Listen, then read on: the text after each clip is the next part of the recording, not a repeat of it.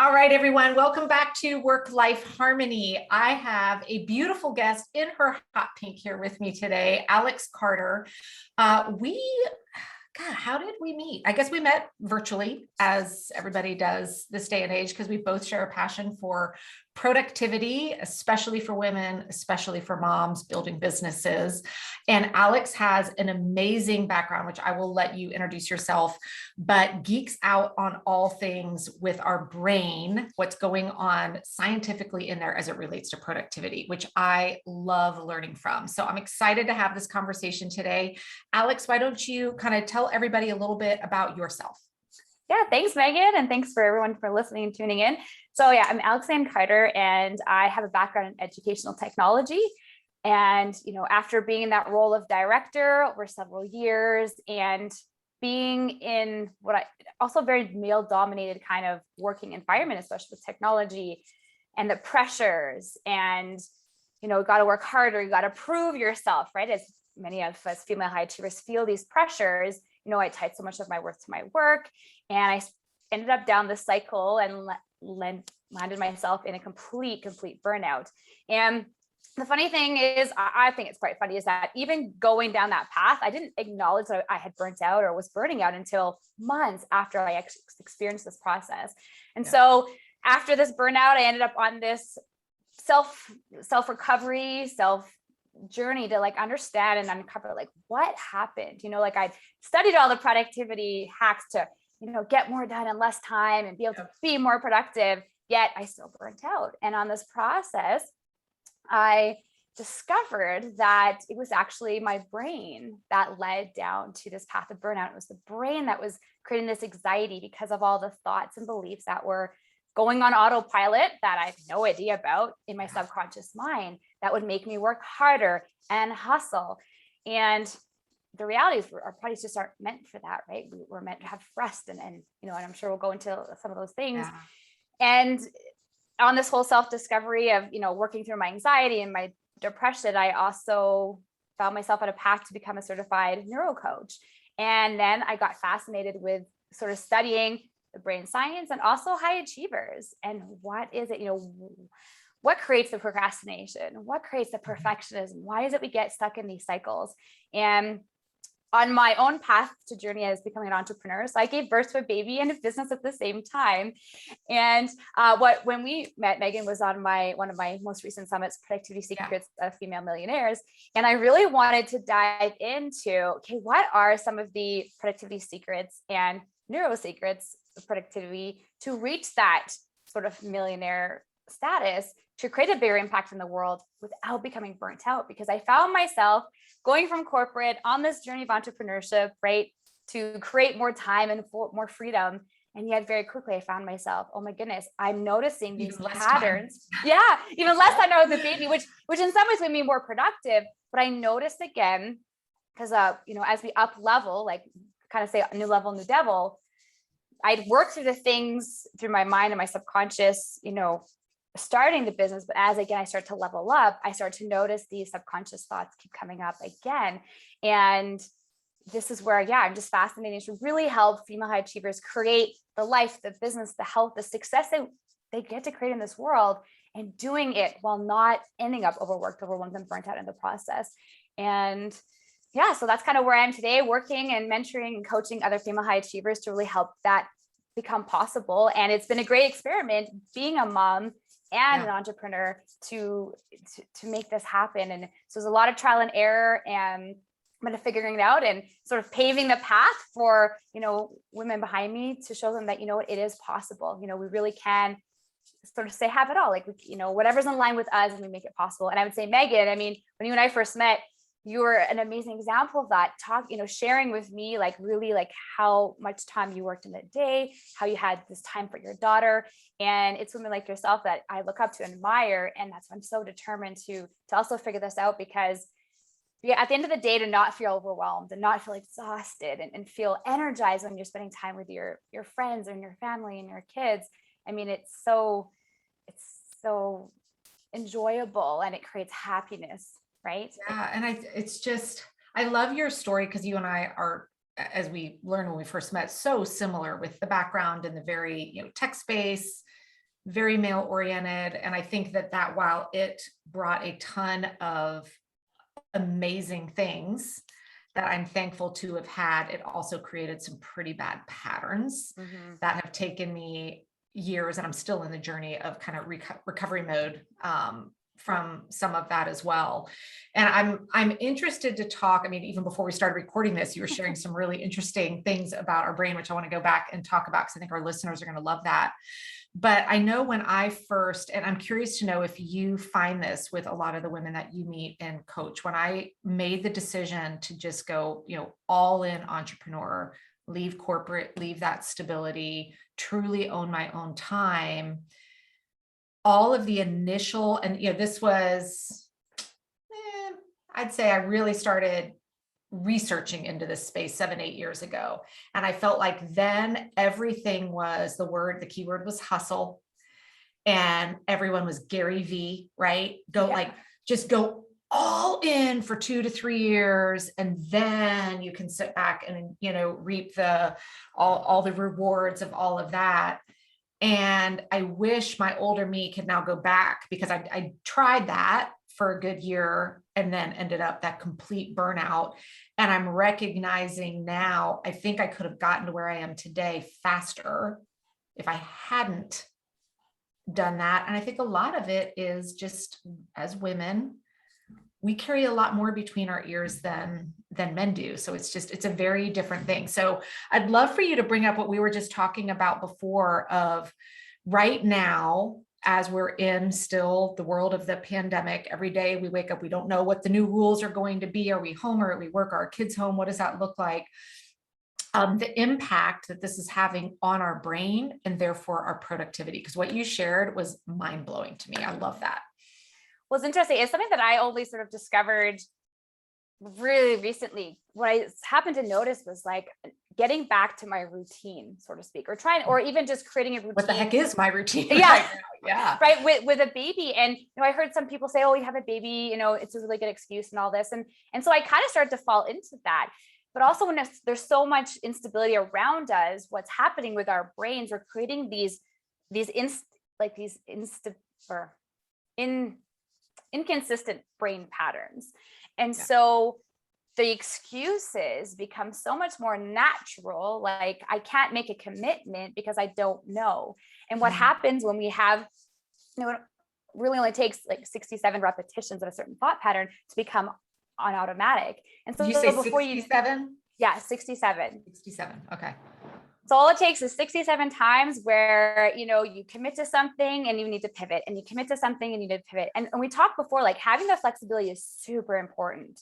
But at the same time, we do need some sort of predictability, and our brains create these patterns, just like with habits, right? You want to develop a new habit. We want to keep at it consistently for 67 days so that it becomes automatic. Well, what's happening is if you're consistently making a commitment and then changing it, the new thought pattern is essentially becoming, lack of integrity or lack of follow through. Wow. So now it becomes the thought pattern that's on automatic is you're not going to follow through. You're not going to follow through. You're not going to follow through. You lack consistency, lack consistency, lack consistency. So the moment you go and sort of make a declaration, because that's a big thing to the brain, is being able to declare something. So deciding in advance, this is what I'm going to declare, and then staying committed to the end result until you get there. But if you're consistently declaring things and it's not happening because of so much inconsistency and unpredictability around us, your brain's seeing this. And so it's like, it doesn't believe you. It doesn't trust you. You're not following through. And so this was something I noticed, when I first had Abby, I had my first event, online event, my first summit, and, my follow through really, it seemed really, really good. And slowly over time, I started to notice, especially with babies, because they're so unpredictable, every week you're changing your schedule. And so my brain started to see this. And so I would declare, like, even just getting back to my workouts, which were so important to me, I'm like, all right, I'm finally ready to get back into it. And, I'd maybe do 2 or 3 days and then I'd fall off. Yep. But this is what my brain saw. They're like, no, but this is normal to constantly have this is what we do right now. We say we're going to do it, and we do it for a little bit, and then we change. So that was a big, it's again, this is this observation. So when we talk about motivation, we talk about focus, we talk about, oh, I'm starting to feel tired, we give into the tiredness because that's what our brain sees.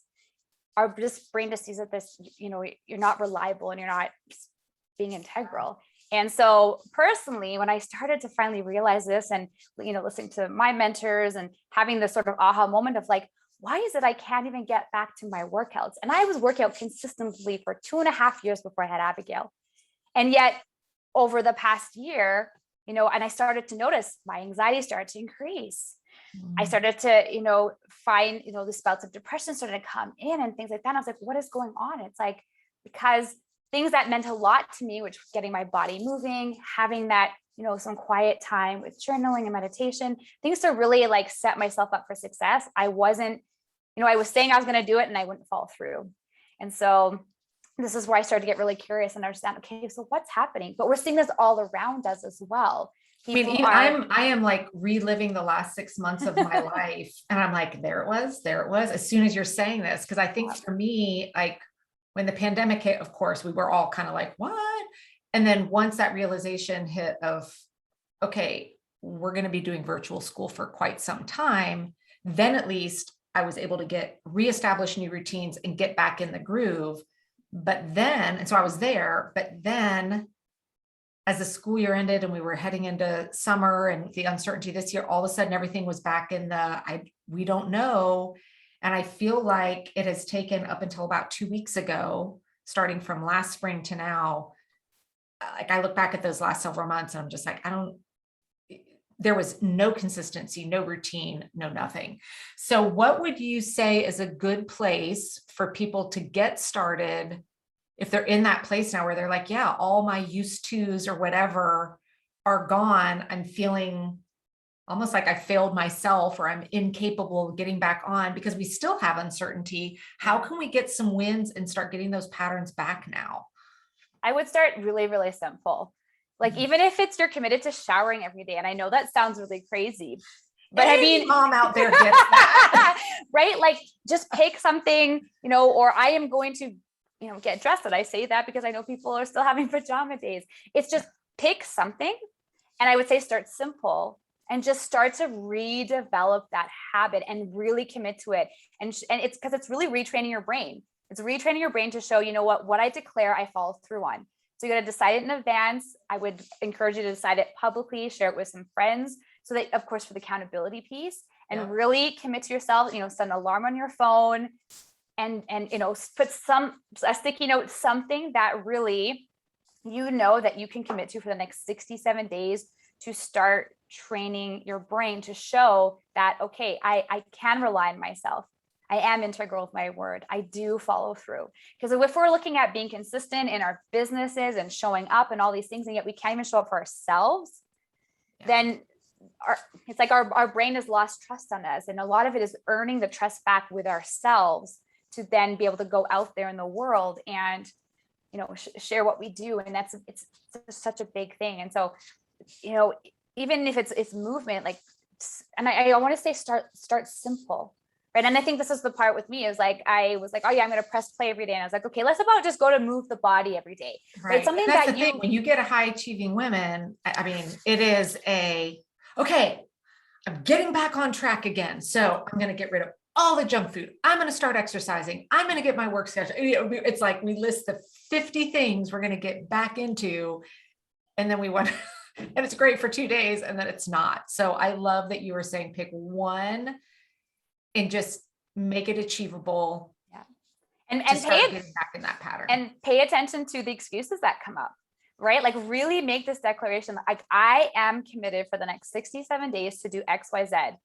And notice and pay attention, like what is coming up? What is the excuse that's coming up that's stopping you from completing that? So what I decided, like how to create this for me was I actually started at Hard 75. And it's been amazing. Seems like not simple. That is to me not a simple declaration. And tell people what the Hard 75 is who have not heard of it. So the Hard 75 is you're committed to two 45-minute workouts a day, one which is outside. You commit to 10 pages of reading, drinking a gallon of water, picking some sort of diet meal plan to follow, and taking a progress picture every day. I believe that's everything. Oh, and no alcohol and no cheat meals for 75 days. And you're right. I know that is extreme. Simple. Listeners, this is not what she means by simple. but it was been really, really interesting going through the experience. And I want to share something that came up last week, because the thing is, and actually this is what I encourage with whatever you end up declaring, is that if you skip a day, you start back at day one and you recommit to the next 67 days. So with Hard 75, if you don't complete any of these tasks, you've got to restart. And last Friday, it was about 8 p.m. and I still hadn't done any of my workouts or my reading. And I was like, oh, it's only 2 weeks in. Whatever, I'll just restart. The workout program following is 13 days. Or sorry, not 13, it's 13 weeks. I was like, even if I restart, I'll finish in line with the workout program I'm doing. And I caught myself, right? Here's an example. Again, this is my brain trumping, right? It's, coming in and like making all these excuses for me. And I was like, no, I decided in advance that I was committing to this program and I'm going to complete it in excellence. And I'm going to, it's getting out of my way. As high achievers, we get in our own ways. When we're trying to do something, we talk about the procrastination and the perfection, all of this stuff, right? We have amazing gifts. We're also become some of our worst enemies. So because I caught myself, I was like, no, I made this commitment. And I don't care if it's Friday night at 8 o'clock. I'm going to go out there. I'm going to read my book while I do my walk. I'm going to come back and do my workout. And I did it. And I was so proud of myself, because I was like, here's an example of my brain getting in the way of because of this uncertainty. And the thing is it happens so subconsciously, we're not even really aware of it. And so that's the invitation, just declare something simple and pay attention to what's coming up. Even write it down, because that's where you're going to start to connect with it subconsciously, what's running on autopilot. Because the reality is, whatever thoughts and beliefs are running on autopilot, they feed into the decisions that we make, right? Do I do my workout, or do I take my shower or not? Based on the decisions you make, you're going to make some actions. Based on the actions you're going to take is going to create your results. Yeah. So it all comes back to what's going on subconsciously. And so this is why I loved, especially tapping to high achievers and learning about this and what, really fuels us and what is contributing to the results that we're getting or not getting. And just hearing, the amazing thing now is I can have conversations and I can hear the subconscious thoughts going on. We're not even aware. I don't know how many times I've said to a client, I just heard you say, and they're like, I never said that. Because we say it, but we're not aware subconsciously what the thought is and the belief is around something. Yeah. And I think I'll be interested to hear if you notice this with yourself as well. I love that you said, you're still work in progress. God knows I'm still, paraphrasing your words, but I'm definitely still a work in progress. It is so much easier when you're working on something, that you're trying to have consistency or change or whatever. I find I can see it in others and can coach them so well. And then as soon as I'm done, I'm like, oh, hey, Megs, why don't you take some, you need to do better at actually taking your advice. I have a much easier time recognizing it and supporting others through it sometimes than I do coaching myself and staying in integrity with me.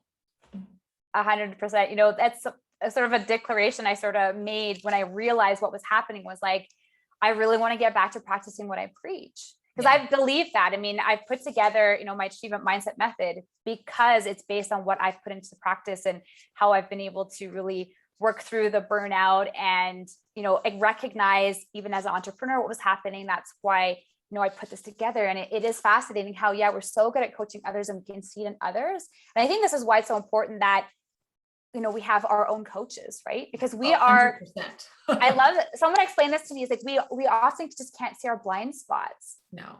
Right. And I always tell people, I'm like, do not invest in someone helping you with whatever it is, whether it's business, whether it's health, whether it's whatever that has not, because sometimes you take a break or, in between whatever, but has not, or isn't currently investing in themselves in that space, because I think you get stagnant. And the coaches I've worked with over the last 7-8 years, it's been a variety of different ones for different things when you're working through different stages of life. But I think there's nothing more refreshing than getting being coached by someone who isn't willing, who's willing to go, oh yeah, I totally caught myself doing that as well. And here's what we do when we catch ourselves in that space. I love that. Well, it's like, my coach alone yesterday said something on our coaching session. And I just love this. And I really want to share with the community because I think it ties in a little bit what we're talking about. She said, don't change your goal, change your mind. Yeah. She said, change your mind, right? It's the neural pathways that we have the ability to reprogram. So if you commit to, moving your body every day for 15 minutes, don't change the goal of moving your body for 15 minutes every day. You got to change the mind. You got to change the belief. You got to change the wiring that's going on there in autopilot and rewire that piece so whatever success you're trying to create in your life and your business, right? Go for it. It's just rewiring the neural pathways that'll get you there. And that's why I do love diving into the neuroscience of our productivity, because we are the ones that are holding us back. You can try every productivity 100%. hack out there, but if you don't believe in yourself and you have all of this internal dialogue that stems from when you're a kid, being told you got to work hard, being told you can't do it, you're not worthy, all of these things, it doesn't matter what you do. It doesn't matter what productivity hack or course that you take. You're still going to have the internal dialogue going on autopilot. And so we got to rewire that to create the new neural pathway, the new path of journey to success based on, what you want to create. So good. I'll tell you that I am not as ambitious. I'm not doing the hard 75, but one of the big changes I really want back in my life that I let fall through the cracks over the last 5 months. And I've shared very openly, I struggle with meditation. That is not a natural thing, but yet when I do it, I 100% believe in it. But every single day I have the same conversation in my head, which is, this is a waste of time. Mm-hmm. You could go be quote productive instead of sitting in a chair. I mean, I have played this. I'm still in the battle of it not being a habit yet. And so I was working with my coach, Mindy, through that. And I now have it so simplified that, okay, for the next month, I sit and there's a little 5-5-7 breathing thing that she has always coached me through. I'm going to sit at my desk and I'm going to do that 5 times before I launch into work. Like literally, we're talking a minute of my day here. Yeah. And this morning was the first morning I sat down and it just came natural to do that. So I'm like, okay, we are making progress. I am rewiring my brain. The next step will then be and now we're going to step into 3 minutes of guided meditation. 3 minutes. So again, it doesn't have to be earth-changing, but I had gotten in that habit and then I allowed all of the changes to undo all of that work I had done. And so now I'm like, okay, I got to start. I'm just starting laying the foundations for this again. And, I may be someone that it's never what I am drawn to love to do. And it may never truly become a real definition of a habit.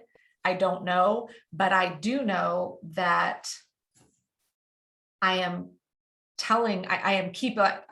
like you said, just that back of integrity. I am building that for myself so that when the next thing comes, I can say, well, I did that. So why can't I do that? And one thing I want to also just add to, when the audience, they choose to start this out is, print out a calendar, print out a way to track it, because what's happening with your brain is you're visually seeing that you completed something. And then you're naturally getting little releases of dopamine, the feel-good chemical, which is really what activates our motivation and our ability to continue. There's nothing better than check in. And if you're using the top planner, that's what that daily habit checkbox up at the top is for. So it's like this morning I got to I did my little breathing and it just, it feels good. Of course, with a pink pen, got my little check in there. It feels good.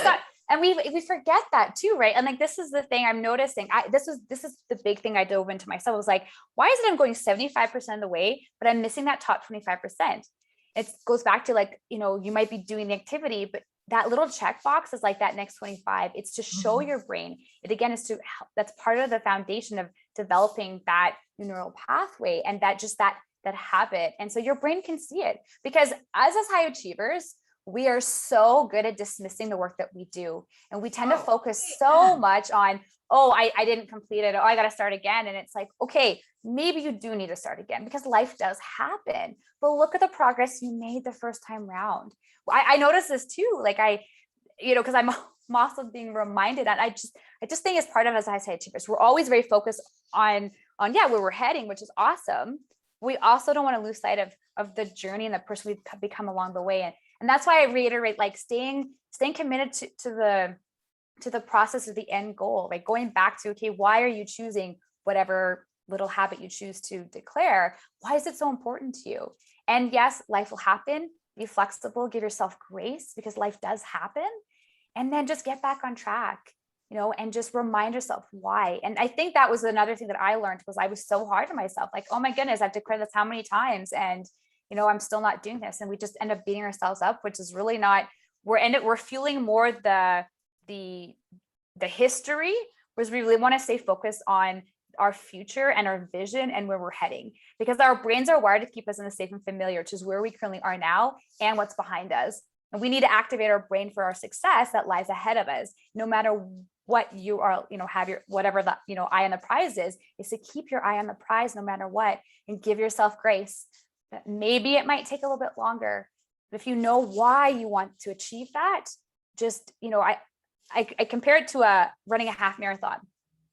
I know I'm going to be running for a few hours. So I'm setting myself up to just enjoy the journey. And I know I'm going to be running for a few hours. And yeah, okay, the achiever me off, got little time goals, but I'm kind of just like settling in. It's not about being the fastest. It's just taking in the sights and enjoying it versus, running a 5K where you're like, okay, I want to try to get this done as fast as possible. So enjoy the journey, enjoy the marathon or the half marathon, and just, keep your eye on the prize and stay focused on where you're heading, not from where you necessarily came from. Oh, I love that. So good. Alex, thank you for being here today. Where can everybody hook up with you? So I've got my website at alexandcarter.com. And I will have it in the show notes for everybody listening. I've also got a Facebook community called Productivity Secrets of a High-Performing Female Leader that you guys can all come join me on. And my Instagram at alexleanne.carter. alex.leanne.carter. And I do also have like my top 12 productivity brain hacks available on my website as well, so that you guys can get, and that will help you with exactly what we've been talking about today, right? Help you kind of lay that foundation, help you make the declarations for your brain, and then really help with that follow through to build little by little that integrity with yourself again and that trust with yourself again. Oh, awesome. Thank you so much for being here today. I really appreciate it. Thanks for having me. Thanks for listening, guys and ladies.